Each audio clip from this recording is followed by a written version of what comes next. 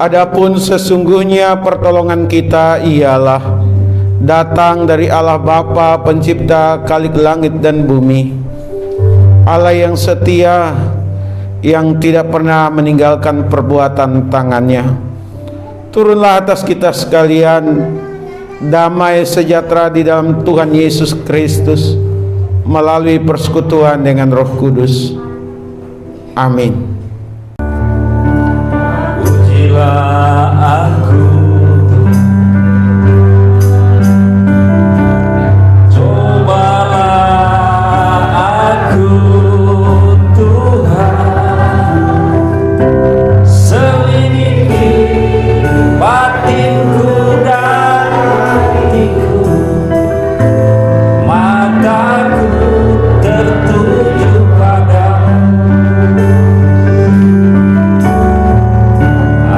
cinta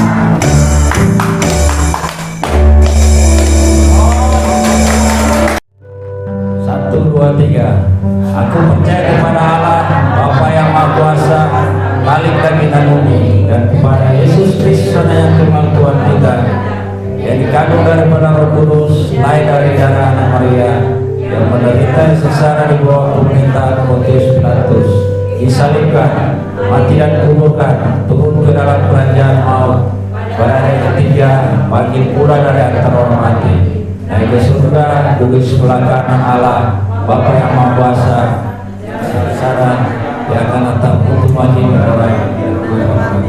Aku percaya pada Roh Kudus, Gereja Kudus dan Am, persekutuan Roh Kudus, pengampunan dosa, kebangkitan lagi dan hidup yang kekal. Amin.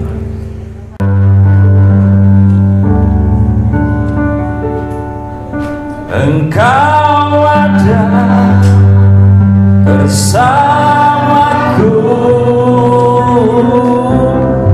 di setiap musim hidupku, tak pernah ku ragu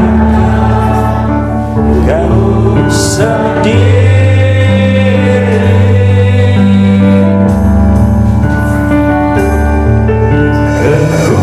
Kekuatan biji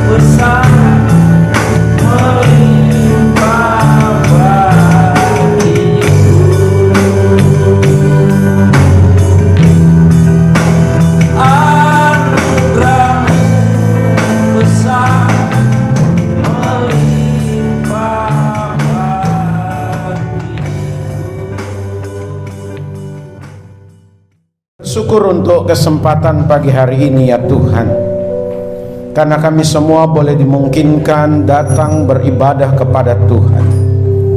Terima kami semua ya Tuhan, kuduskan kami semua ya Tuhan, dan biarlah Roh Kudus terus bekerja dalam kehidupan kami. Kami selalu memberi ruang keleluasaan kepada Roh Kudus, sehingga kehidupan kami semakin hari semakin berkenan kepada Tuhan. Kehendak Tuhan Yesus yang jadi atas kami sekalian. Sebentar Tuhan, kami akan membaca merenungkan firman-Mu. Tolonglah setiap kami supaya kami memberi diri terhadap firman Tuhan dan boleh selalu hidup di dalamnya. Urapi hamba-Mu ini ya Tuhan. Di dalam nama Tuhan Yesus kami berdoa bersyukur. Haleluya. Amin. Terus dilatih ya, dan terus melayani. Terus melayani dan melayani. Pak Rendi ya, tetap semangat. Demikian juga yang lain, ambil bagian dan melayani. Salah satu ciri dari pertumbuhan kerohanian seseorang itu adalah melayani, dan tidak melayani di atas mimbar pemimpin pujian saja, tapi disesuaikan dengan kemampuan atau talenta yang Tuhan berikan. Yang tidak punya talenta untuk menyanyi tidak bisa dipaksakan untuk memimpin pujian. Nanti yang ada kacau gitu ya. Tapi suaranya yang bagus, yang bisa nyanyi, silahkan ya. Saya kira itu saja untuk komentarnya ya Pak Randy. Semangat ya untuk memimpin pujian. Dan mari sidang jemaat kita melihat firman Tuhan yang diambil dari kitab Lukas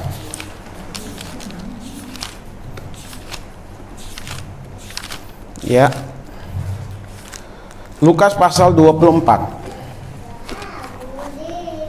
Lukas pasalnya yang ke-24 ayat yang ke-36 sampai ayatnya yang ke-49.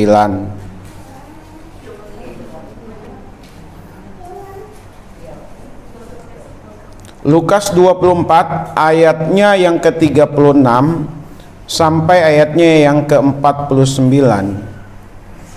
Kita akan kembali membaca dengan bergantian seperti yang sudah-sudah. Yesus menampakkan diri kepada semua murid, ayat 36. Dan sementara mereka bercakap-cakap tentang hal-hal itu, Yesus tiba-tiba berdiri di tengah-tengah mereka dan berkata kepada mereka, "Damai sejahtera bagi kamu."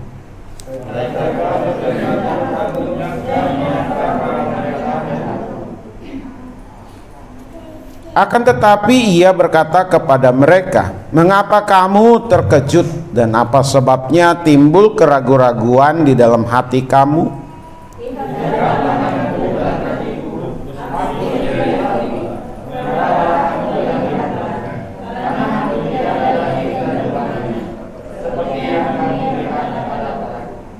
Sambil berkata demikian, ia memperlihatkan tangan dan kakinya kepada mereka.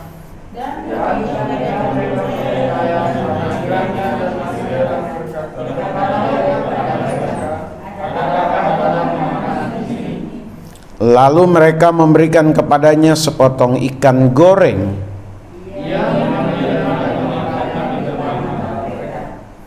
Ia berkata kepada mereka, "Inilah perkataanku yang telah kukatakan kepadamu ketika aku masih bersama-sama dengan kamu, yakni bahwa harus digenapi semua yang ada tertulis tentang aku dalam kitab Taurat Musa dan kitab nabi-nabi dan kitab Mazmur."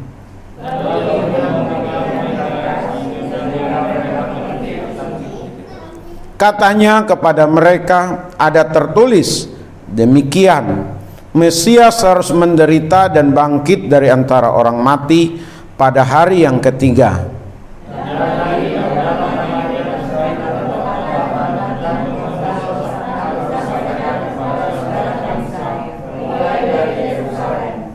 Kamu adalah saksi dari semuanya ini.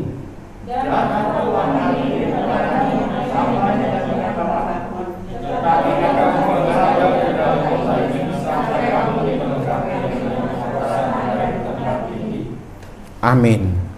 Yang berbahagia kita yang membaca, merenungkan, dan melakukan firman Tuhan dalam kehidupan kita.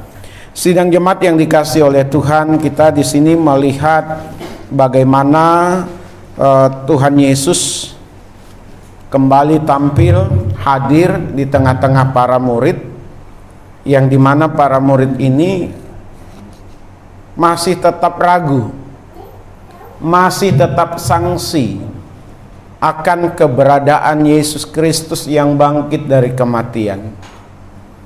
Di tengah-tengah keraguan mereka, di tengah-tengah kesangsian mereka, Tuhan Yesus hadir.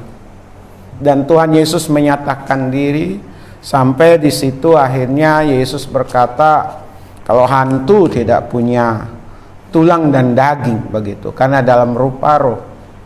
Tapi Yesus, dia ada daging, ada tulang, dan dia minta kepada mereka makanan untuk membuktikan siapa sesungguhnya dirinya, yang disangsikan, yang diragukan oleh para murid itu. Kemudian dikasihlah sepotong ikan goreng dan dimakan di depan mereka, sehingga ada keyakinan di situ dari para murid bahwa yang hadir di tengah-tengah mereka adalah Yesus Kristus. Berlanjut dari sana, Yesus menerangkan tentang apa yang sesungguhnya tertulis di dalam Alkitab berkaitan tentang diri Yesus sendiri, baik yang ditulis dalam kitab Taurat, ditulis dalam kitab Mazmur, dan kitab-kitab Nabi yang lain, yang menunjukkan bahwa Yesus itu adalah Mesias, yang menyatakan bahwa Yesus itu harus mengalami penderitaan, kesengsaraan, kematian, dan bangkit dari kematian di hari yang ketiga.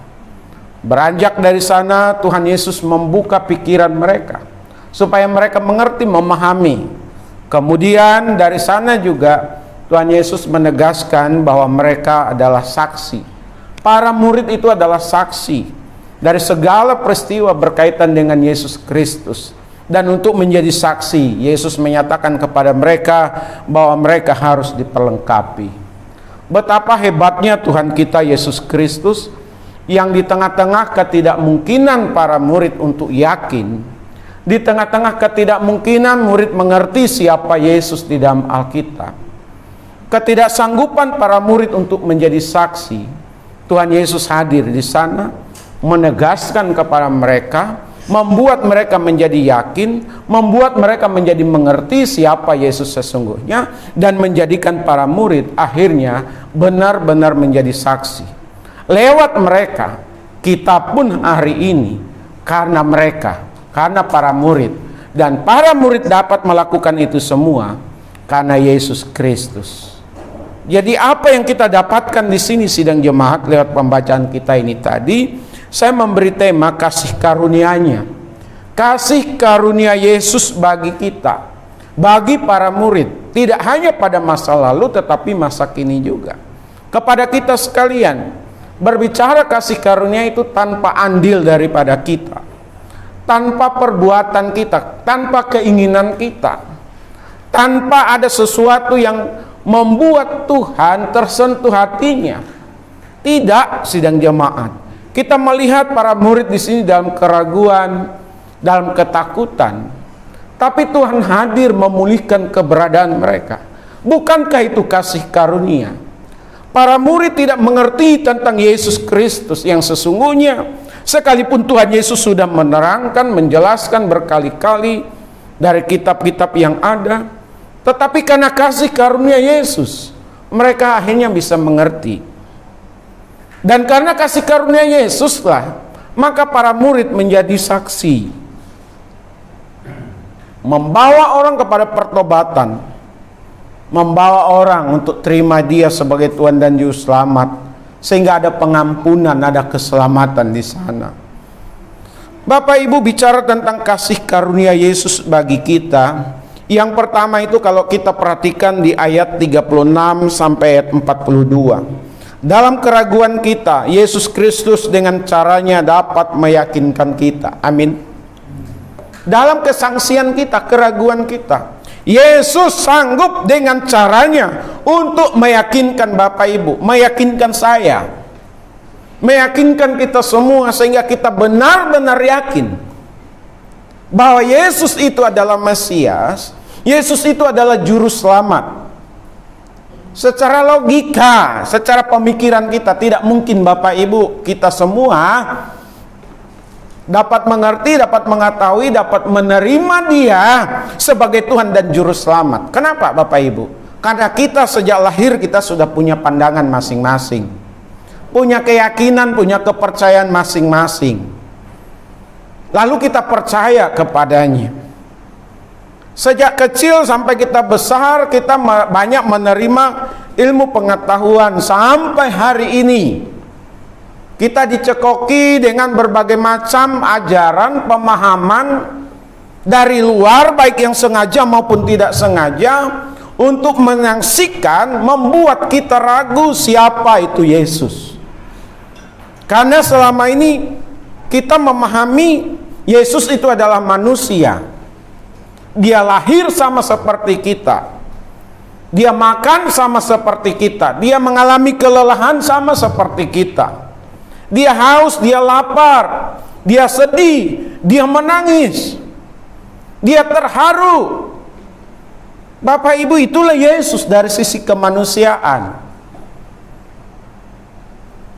Dan bukankah di luar sana menegaskan bahwa yang namanya Allah tidak mungkin seperti manusia? Tidak mungkin Bapak Ibu. Bapak Ibu dan saya bisa jadi kalau kita tidak diyakinkan oleh Yesus Kristus dengan caranya, Bapak Ibu dan saya, kita semua tidak akan mungkin bisa menerima kenyataan itu. Benar Bapak Ibu? Coba silakan ikuti di YouTube, ya, silakan ikuti ajaran-ajaran yang lain yang mengatasnamakan juga percaya kepada Yesus, tapi Yesus dilihat dari sisi hanya sebagai perantara, bukan sebagai Tuhan. Sementara Bapak Ibu dan saya tidak lagi melihat Dia sebagai manusia, Yesus sebagai manusia setelah peristiwa kebangkitan dan kenaikannya ke sorga, tapi kita melihat Yesus itu adalah Mesias, Yesus itu adalah Raja dalam hidup kita, Dia adalah Tuhan. Bisa jadi Bapak Ibu dan banyak orang ragu juga. Selain dari sisi kemanusiaan, jaraknya juga sudah jauh berbeda. Peristiwa 2000 tahun yang lalu diungkap dalam keadaan kondisi kita masa kini. Dan peristiwanya terjadi di Timur Tengah sana, di Israel sana, dibawa kepada kita dalam konteks Indonesia, dalam budaya kita. Belum lagi Bapak Ibu dan saya menghadapi berbagai tantangan kesulitan hidup. Ya, berdoa, doanya tidak dijawab-jawab. Berharap, pengharapan tidak ada, begitu maksudnya tidak terwujud. Ditambah lagi kiri kanan, depan belakang di sekitar kita, jumlah kita bukannya semakin banyak, semakin berkurang. Ya, gendoran, maksud saya kita digendor terus, kita ditobrak terus dari segi berbagai macam unsur, mulai dari sinetron dan cara-cara yang lain Bapak Ibu. Bisa jadi di antara yang mendengar firman Tuhan hari ini mulai sangsi, mulai ragu. Tapi percayalah, saya memiliki keyakinan Tuhan Yesus dengan caranya untuk meyakinkan seseorang itu bahwa Dia adalah Tuhan, Dia adalah juru selamat. Dengan caranya, kalau para murid didatangi, diyakinkan dengan minta ikan, Tuhan Yesus menjelaskan bahwa kalau hantu tidak punya daging dan darah, Tuhan Yesus benar-benar hadir. Apa yang membuat Bapak Ibu semakin yakin Dia sebagai Tuhan dan juru selamat? Dengan caranya Dia. Dengan caranya Tuhan apa Bapak Ibu? Dalam banyak peristiwa, Bagi saya Bapak Ibu, dengan pengalaman saya sejak 92 datang ke Jakarta, ya, saya sangat-sangat meyakini Dia adalah Tuhan. Saya dipelihara, saya ditolong dalam keadaan terdesak, dalam keadaan susah. Dia hadir dalam hidup saya, membukakan jalan, mulai dari pemeliharaan sampai mencari tempat pelayanan, dari belum menikah sampai menikah, sampai sekarang punya anak. Saya makin hari makin diyakinkan, selain berdasarkan firman, tapi juga berdasarkan pengalaman yang saya rasakan bersama dengan Dia dalam kehidupan ini, bahwa Dia itu adalah Allah. Silakan orang mau berkata apa, silakan orang mau menyerang kekristenan dalam pengertian iman kita kepada Yesus, silakan, bebas. Mereka boleh berargumentasi karena ada tulisannya, karena ada dalilnya, karena ada fakta dalam pemahaman mereka. Biasa, karena yang bekerja di dalam dunia ini tidak hanya Tuhan, Bapak Ibu. Manusia juga bekerja dengan pemikirannya. Tidak hanya manusia, iblis juga bekerja untuk menyesatkan pikiran orang supaya tidak percaya kepada Dia sebagai Tuhan dan Juru Selamat. Jadi yang pertama ini bicara tentang kasih karunia-Nya bagi kita dalam keraguan kita, dalam keraguan seseorang. Tuhan Yesus dengan caranya Dia dapat meyakinkan orang itu. Kita lihat di Alkitab siapa? Rasul Paulus. Ya, siapa Rasul Paulus? Dia adalah penganiaya jemaat. Dia orang yang jahat atas nama agama, memperangus orang-orang Kristen. Kegiatannya tidak lain bagaimana membunuh orang Kristen, menangkap orang Kristen, mendesak orang lain untuk sama-sama menyisir orang Kristen. Tapi Tuhan tidak tinggal diam. Dalam kasih karunia-Nya Paulus bertobat. Makin hari makin diyakinkan bahwa Yesus itu adalah Tuhan dan Juru Selamatnya. Thomas yang kita bicarakan juga begitu. Dia sangsi, dia tidak percaya. Tapi setelah pengalaman imannya bersama dengan Tuhan, dia berkata, "Ya Tuhanku, ya Allahku." Bapak Ibu sidang jemaat yang dikasihi oleh Tuhan, Tuhan dengan caranya, dengan cara Tuhan, dengan cara Yesus Kristus, Dia dapat meyakinkan orang, termasuk dengan Bapak Ibu sekalian. Amin.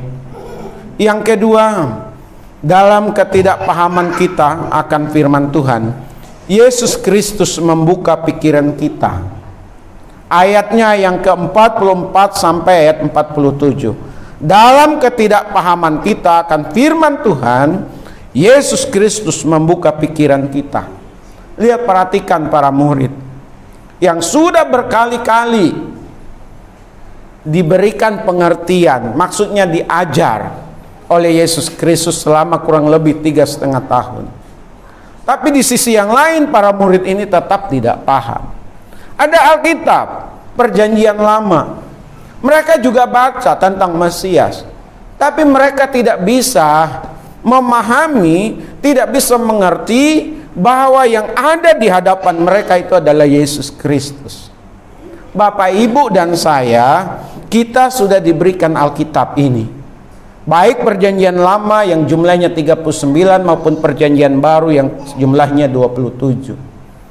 Awalnya ini dalam bahasa Ibrani, dalam bahasa Yunani, kemudian dalam sejarah penterjemahan supaya setiap orang yang percaya kepadanya dalam berbagai macam bahasa di dunia ini diterjemahkan sampai hari ini, supaya orang banyak membaca. Tapi dari membaca ini bukan berarti orang sudah paham, sudah tahu. Banyak juga Alkitab yang disalahgunakan, diselewengkan. Alkitab digunakan untuk menyerang. Ya, comot sana, comot sini. Belum lagi kalau yang mau bersungguh-sungguh, dengan kata lain ingin tahu, ingin dibaca, dan awalnya membaca dengan semangat sidang jemaat. Dari Kejadian, Keluaran, udah makin kesananya makin sulit bacaannya. Ada banyak tentang raja, ya ada banyak tentang kisah-kisah yang lainnya, keturunan-keturunan, anak siapa, masuk ke silsilah, masuk lagi kepada sejarah bangsa Israel, perpecahan di antara bangsa Israel, raja-raja dan lain sebagainya. Itu perjanjian lama.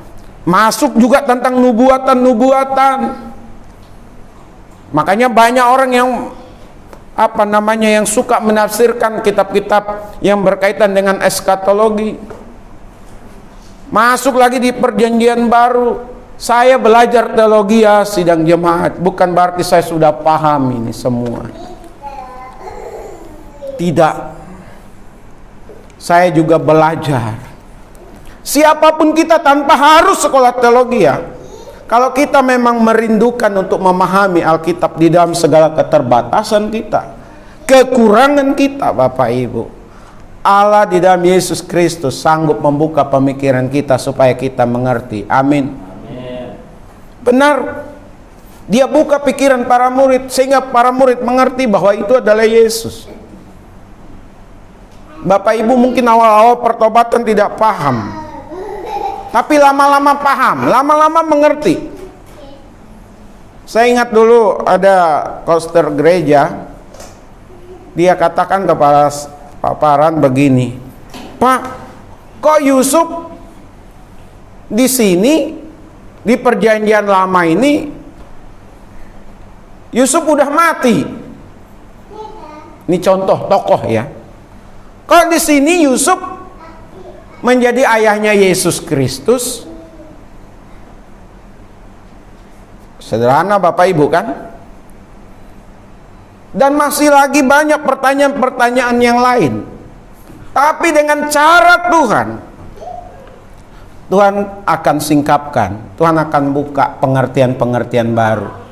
Saya katakan kepada yang bersangkutan, oh Yusuf perjanjian lama berbeda dengan Yusuf di perjanjian baru. Jangankan di Israel sana, di Indonesia saja, jangankan antar satu provinsi, satu RT saja udah banyak nama yang sama. Betul? Ada namanya Edi, ada yang namanya Sri. Edi yang mana, Sri yang mana? Bisa jadi satu RT. Ya, Bapak Ibu. Begitu juga tokoh-tokoh dalam Alkitab. Ada Yusuf perjanjian lama, ada Yusuf perjanjian baru. Tapi mengenai pemaknaan, mengenai arti Bapak Ibu, Tuhan dengan caranya. Makanya sebelum membaca Alkitab ini Bapak Ibu, kita harus berdoa. Amin. Minta Roh Kudus menerangi hati pikiran kita. Minta, Tuhan, saya ingin membaca apa yang Kau maksudkan di sini. Ini tidak bisa dibaca seperti Bapak Ibu dan saya membaca novel. Tidak bisa kita baca Alkitab seperti kita membaca cerpen. Tidak bisa kita membaca Alkitab seperti membaca buku-buku yang lain. Tapi bagaimana kita membaca Alkitab? Kita berdoa. Karena ini berasal dari mana Bapak Ibu? Dari Tuhan. Dia memakai para penulis di zamannya sesuai dengan eranya. Dan untuk mengerti Alkitab, ya kita harus minta, kita harus berdoa. Tapi ada kalanya kita juga nggak paham-paham.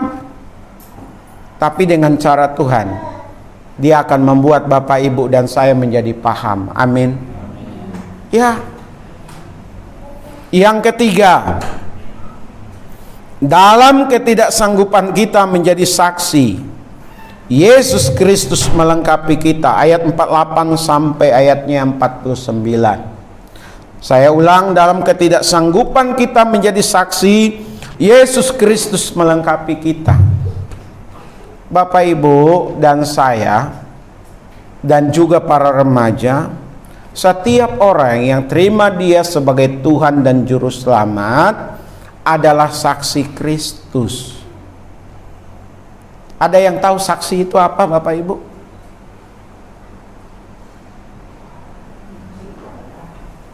Apa itu saksi?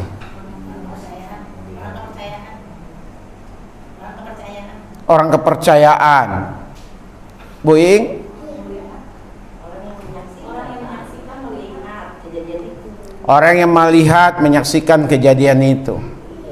Ya Ibu Ros, kalau kita disebut sebagai saksi Yesus, artinya apa? Apa, Pak Amin? Orang yang merasakan keberadaan, kebaikan dari Tuhan Yesus. Oke. Orang yang mengalami, orang yang merasakan kebaikan Yesus Kristus dalam hidupnya. Mengalami keselamatan di dalam Yesus, mengalami pertolongan di dalam Yesus. Jadi harus apa? Harus jadi saksi. Jadi saksi itu adalah orang yang benar-benar mengalami, begitu ya? Orang yang benar-benar menyaksikan, orang yang benar-benar melihat. Kalau disebut saksi Kristus, boleh diterjemah, dijelaskan Pak Matis? Sepintas saja. Kalau bicara saksi Yesus Kristus apa itu Pak Matis?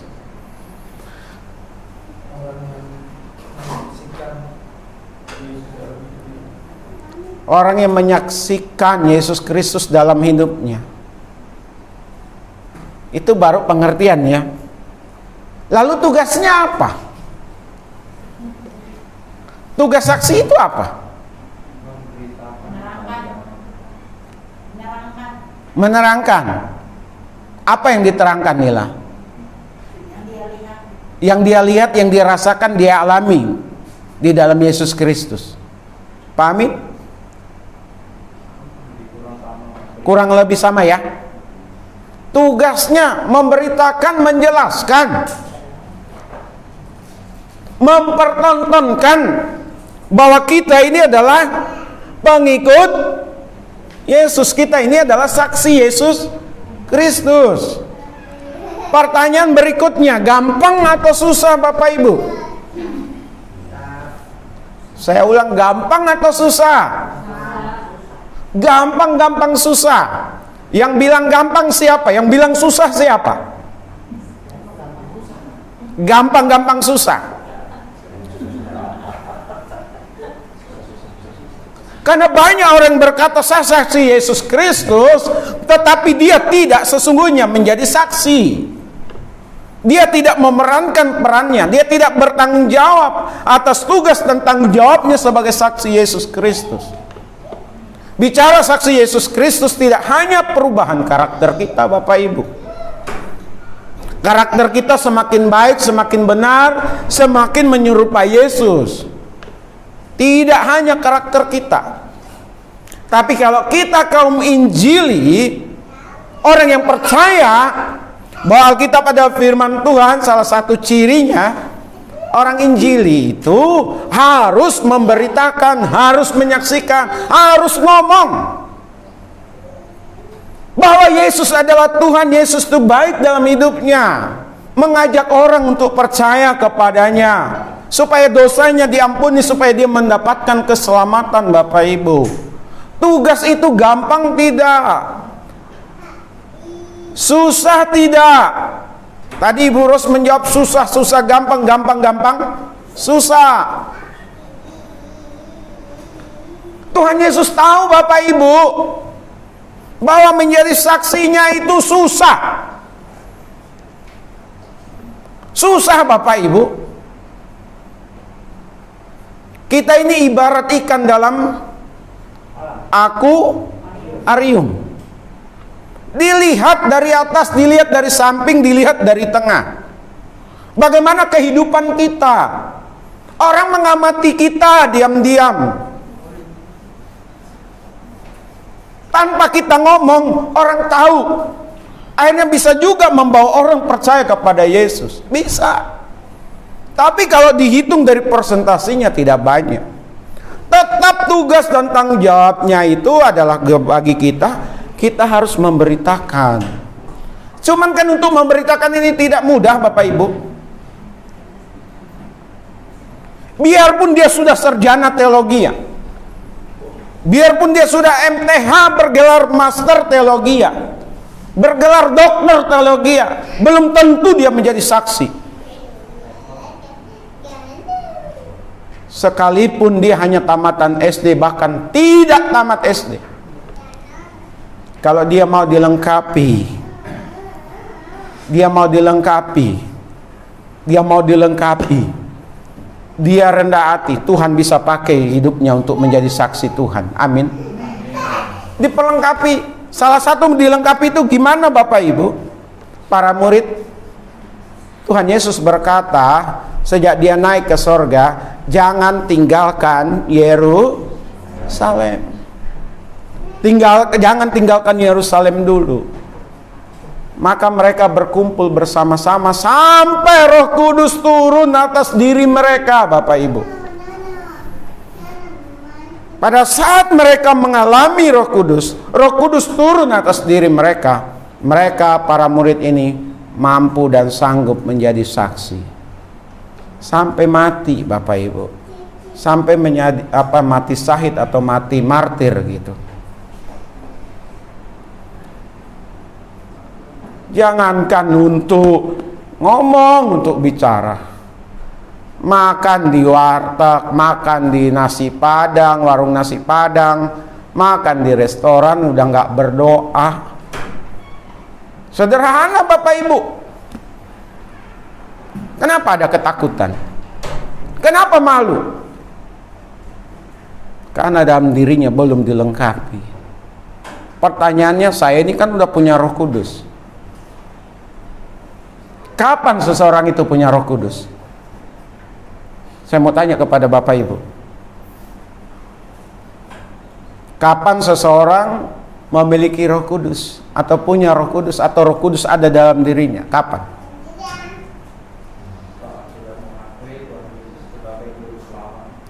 Benar. Sejak seseorang itu terima Yesus sebagai Tuhan dan Juru Selamat secara pribadi, Roh Kudus ada di dalam dirinya. Dan Roh Kudus tidak keluar masuk di dalam diri seseorang. Tidak harus melalui penumpangan tangan baru seseorang itu mendapatkan Roh Kudus. Jadi kalau begitu Bapak Ibu, orang sudah punya Roh Kudus dalam dirinya, tapi kenapa tidak menjadi saksi? Kira-kira jawabannya apa? Masuk remaja. Ada Roh Kudus dalam dirinya, tetapi dirinya tidak bisa menjadi saksi.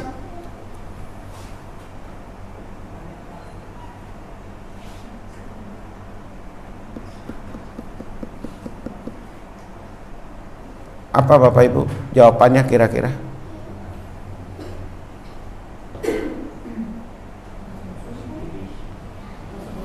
Karena di dalam dirinya orang itu dia tidak memberikan keleluasaan kepada Roh Kudus untuk bekerja di dalam dirinya.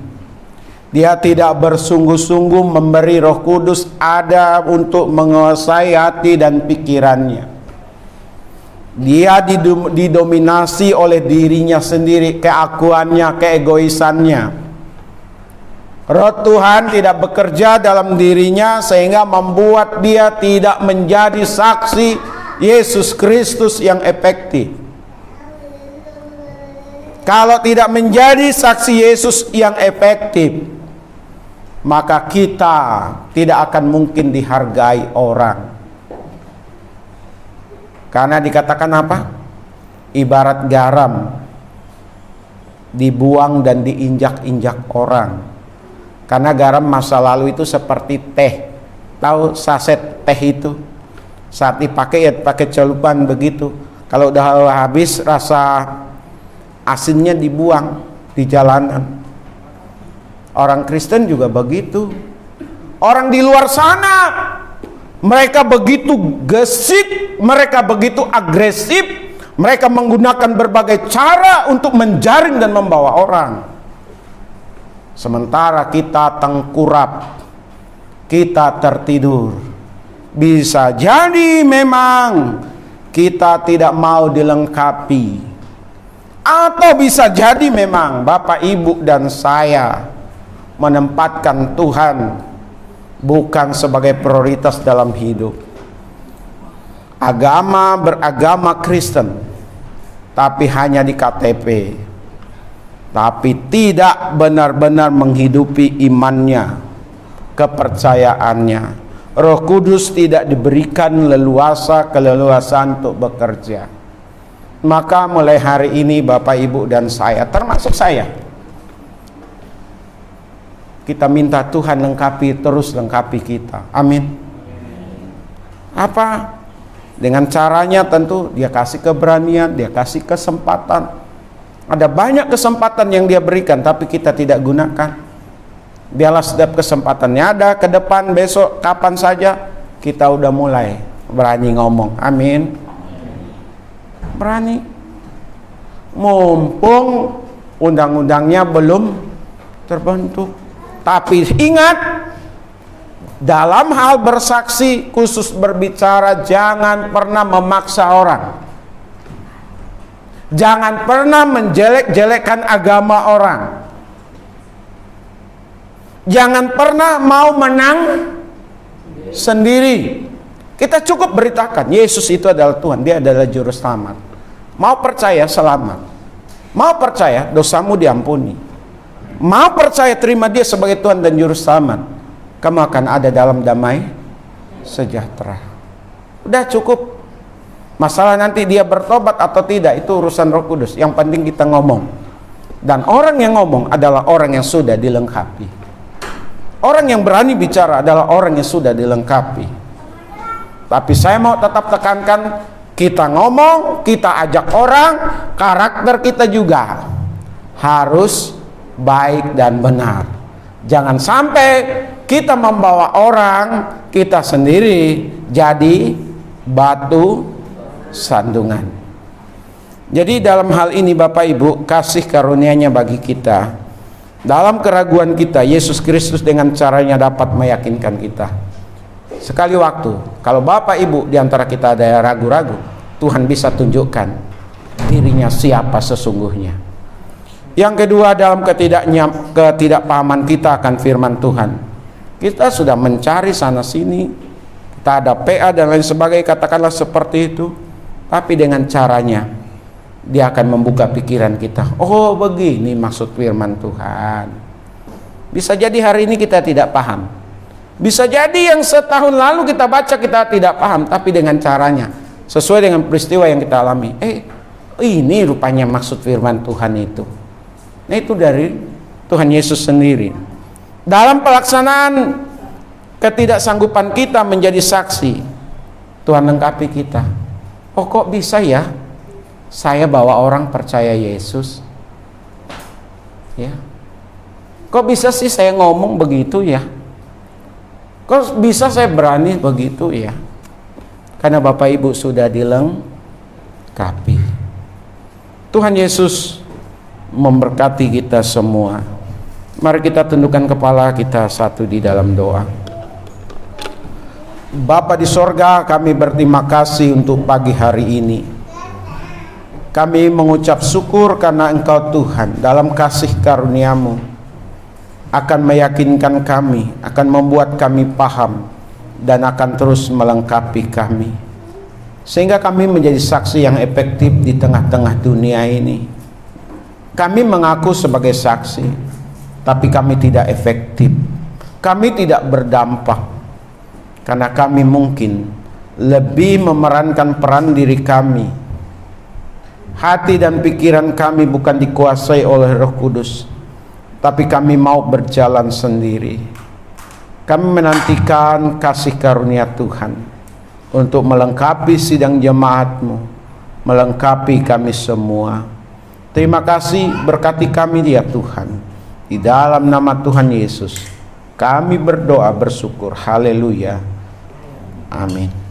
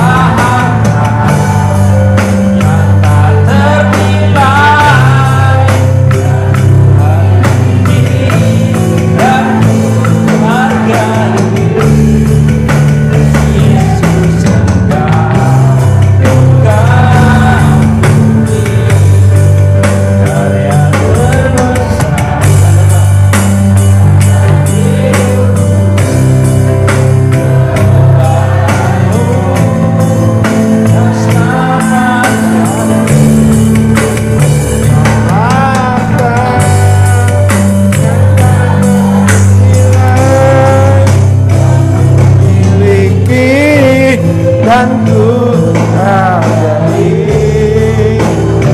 Yesus, Engkau ku kagumi.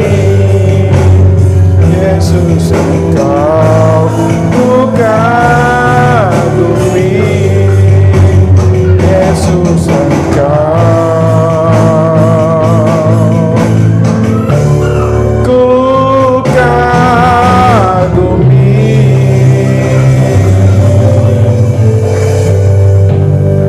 Saya undang kita semua untuk berdiri. Kita akan akhiri ibadah kita. Tuhan Yesus, terima kasih. Biarlah kami terus mengagumi Engkau Tuhan dalam hidup ini. Sekalipun banyak tantangan, kesulitan yang kami temui, baik dalam bekerja, dalam kehidupan berumah tangga, dalam pergaulan, dan lain sebagainya. Kami berterima kasih untuk jalannya ibadah yang sudah berlangsung dengan baik dari awal sampai akan berakhirnya ini. Lengkapi terus setiap yang terlibat dan melibatkan diri dalam pelayanan. Dan biarlah pelayanan kami hanya untuk hormat, kepujian, kemuliaan bagi nama Tuhan. Dan biarlah kami terus melayani di masa-masa yang akan datang selagi ada kesempatan. Kami juga berdoa untuk setiap sidang jemaat-Mu yang sudah hadir, baik anak sekolah minggu, anak remaja, maupun orang dewasa. Kami adalah milik Tuhan Yesus. Kami orang-orang yang berharga di mata Tuhan. Maka kami tidak boleh menyia-nyiakan kehidupan ini. Kami harus terus belajar bersyukur, belajar merendahkan diri di hadapan Tuhan. Biarlah Roh Kudus yang bekerja dalam hidup kami dari waktu ke waktu. Tuhan Yesus sendiri yang meruntuhkan keegoisan kami, untuk kami boleh taat kepada Tuhan saja. Tolong kami Tuhan. Kami tidak mudah untuk hidup sebagaimana yang Engkau kehendaki, tapi kami mau belajar dan mau berserah diri, supaya kami dapat menampilkan kehidupan sebagaimana yang Engkau kehendaki ya Tuhan. Bela kami Tuhan juga atas setiap niat-niat orang jahat. Bela kami terhadap segala macam kuasa-kuasa kegelapan. Lindungi kami dan keluarga kami. Segala macam persoalan yang kami hadapi, kami tidak mudah kecewa, tawar hati. Tapi kami memandang kepada Tuhan bahwa Tuhan Yesus sanggup menyelesaikannya.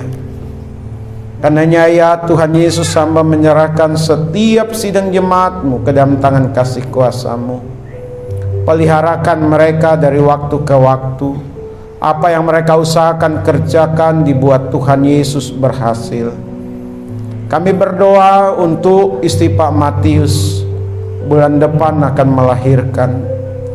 Tuhan tolong supaya istri Pak Matius, Ibu Lisa ini diberikan kekuatan, kesanggupan, diberikan kesehatan dan keselamatan. Biarlah baik Ibu Lisa yang akan melahirkan maupun anaknya yang akan dilahirkan, kedua-duanya selamat, kedua-duanya baik. Segala keperluan yang diperlukan Tuhan yang cukupkan. Kami berdoa untuk Ibu Sani, istri dari Pak Amin yang juga sedang hamil. Tuhan tolong kuatkan kandungannya. Biarlah janin atau anak yang ada dalam kandungannya bertumbuh dengan baik. Kami berdoa untuk anak Pak Ateng. Kami bersyukur semasa sakit akhirnya Tuhan yang jamah, Tuhan yang sembuhkan. Tuhan tolong baik Pak Ateng maupun ibu terus boleh memperhatikan anak-anaknya. Karuniakan hikmat bijaksana, ketegasan, dan Tuhan tolong dengar doa mereka, khusus untuk anaknya Tia. Sebagai manusia mereka punya kekurangan, keterbatasan, dan ketidaksanggupan, tapi kami punya Tuhan yang hidup, Tuhan yang berkuasa. Kami berdoa untuk Tia, Tuhan tolong supaya hatinya dilembutkan. Ia boleh mengikuti cara-cara Tuhan. Dia tidak terperosok kepada pergaulan yang keliru dan menyesatkan dan bahkan menghancurkan. Di dalam nama Tuhan Yesus, dia ingat kepada orang tua, ingat kepada adik-adiknya. Kami juga berdoa saat ini Tuhan untuk Debbie, anak hamba-Mu, juga anak-anak sidang jemaat Tuhan yang lain yang akan melanjutkan ke jenjang SD, ke jenjang SMP, ke jenjang SMK, bahkan yang akan bekerja seperti Geri. Kami serahkan semua ke dalam tangan kasih kuasa Tuhan. Dibuat Tuhanlah berhasil untuk anak-anak sidang jemaat-Mu, untuk anak kami. Karena Engkau sandaran kami, hanya Engkau yang menjadi andalan kami ya Tuhan. Kami berdoa untuk Pak Tony, pulihkan kondisinya, saraf-sarafnya yang belum baik benar, di dalam nama Tuhan Yesus. Kami tetap berharap Tuhan pulihkan. Untuk Pak Canyang kami juga serahkan sepenuhnya ke dalam tangan kasih kuasa-Mu, supaya Pak Canyang terus ada dalam kesehatan yang prima. Kami berdoa untuk Ibu Ros dalam usia lanjutnya. Dalam kesendiriannya Tuhan tidak akan pernah membiarkan. Tuhan yang merawat, Tuhan yang menjaga, Tuhan yang mencukupkan. Untuk anak-anak sekolah minggu, anak-anak remaja, Tuhan tolong supaya mereka juga punya hikmat, punya kebijaksanaan untuk membatasi diri dengan permainan game. Kami berdoa di dalam nama Yesus mereka dapat melihat yang sifatnya sia-sia, yang tidak berdampak baik dalam diri mereka. Kami tolak di dalam nama Tuhan Yesus.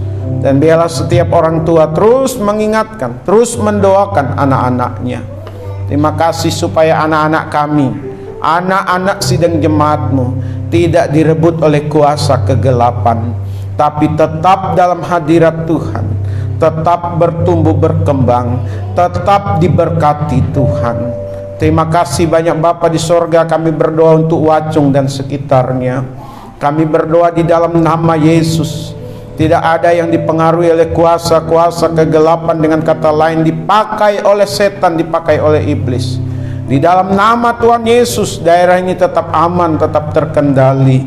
Jauh dari peredaran narkoba, jauh dari kerusuhan Tuhan, juga jauh dari perselingkuhan. Di dalam nama Yesus, Wacung oleh karena kasih karunia Tuhan boleh dimenangkan, boleh ada kesejahteraan, kedamaian di daerah ini. Jauhkan juga dari kebakaran dan penggusuran yang semena-mena. Di dalam nama Yesus, Wacung ada dalam genggaman Tuhan, dan pakailah gereja ini untuk kemuliaan Tuhan. Terima kasih Bapa di sorga. Biarlah sidang jemaat-Mu boleh bertekun di dalam Tuhan.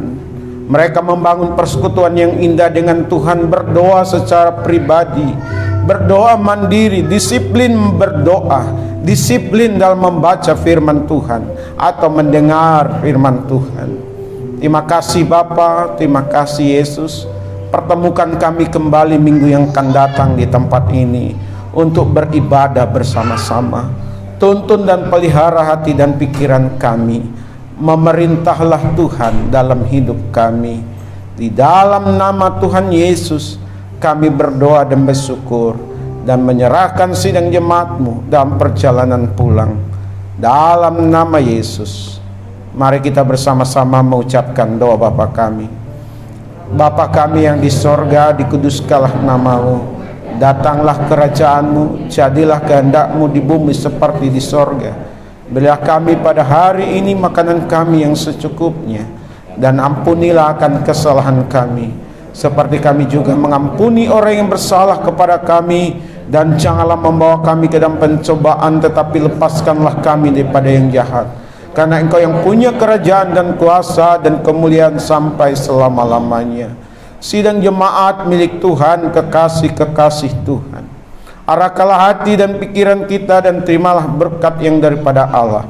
Adapun kasih karunia dari Bapa kita di sorga, damai sukacita di dalam Tuhan Yesus, pimpinan penghiburan pengajaran dari Roh Kudus, menyertai setiap kita hari ini, besok, bahkan sampai selama-lamanya. Amin.